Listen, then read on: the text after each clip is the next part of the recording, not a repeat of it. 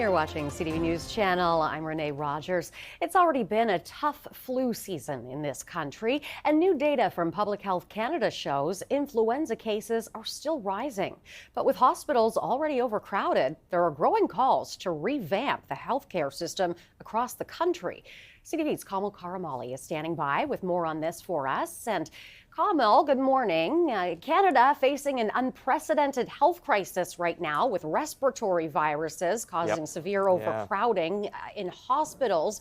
What have you been hearing from the front line? Yeah, absolutely. So, we've been hearing throughout December how influenza cases, COVID cases, RSV cases are surging, possibly hitting their peak in January, where we're hearing from health associations and doctors and nurses that we haven't even quite hit that peak yet, and they're already sounding the alarm once again about how patients are not only pouring into hallways, but also into waiting rooms. Some hospitals across the country seeing 20-hour or more wait times for patients to be seen by a physician. In Kingston, for example, a hospital is operating consistently at 120% capacity. In BC, this past day, a record hit for its inpatient hospital population with more than 10,000 patients. Now, the Canadian Medical Association wants provinces and territories to rebuild the healthcare system, calling for a complete revamp of the primary healthcare system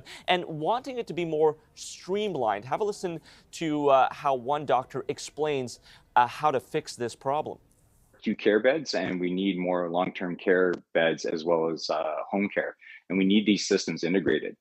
Right now, it's a real mishmash. Like, there's no unifying computer system. Records aren't readily available. One healthcare center to another. Family doctor offices don't necessarily upload their stuff to the provincial system. It's a real mishmash of systems, and it really impacts on patient care, especially when things are acute.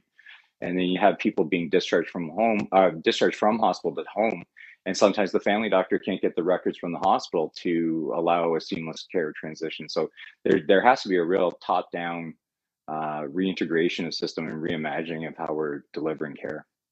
So, Renee, health officials telling people not to go to the ERs if they don't feel like, they can manage without going to a hospital. But once again, we've heard this stat time and time again. 1 in 5 Canadians, according to the latest data, do not have a family physician.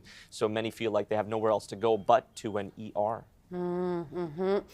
So, Kamil, what's the latest data suggesting about how this flu season has been so far? Yeah, that's right, Renee. So it does take a little while for Public Health Canada to be able to accumulate this data. So the latest data just coming in this morning or late yesterday, showing the last week of December and the influenza cases. So you can see here, it has been a steady climb, and we are hitting a pretty high number in about more than 7,500 positive tests in laboratories. When they do test people, about 7,500 cases, more than that, has tested positive for influenza. That's a 19%, nearly 19% positivity rate. So you can see it's been a steady incline. Doctors and physicians saying we have not quite hit the peak yet, but look at those numbers above that bar graph. The hospitalizations haven't been as severe, 179, 22 in ICU, and 5 deaths. So tragic, but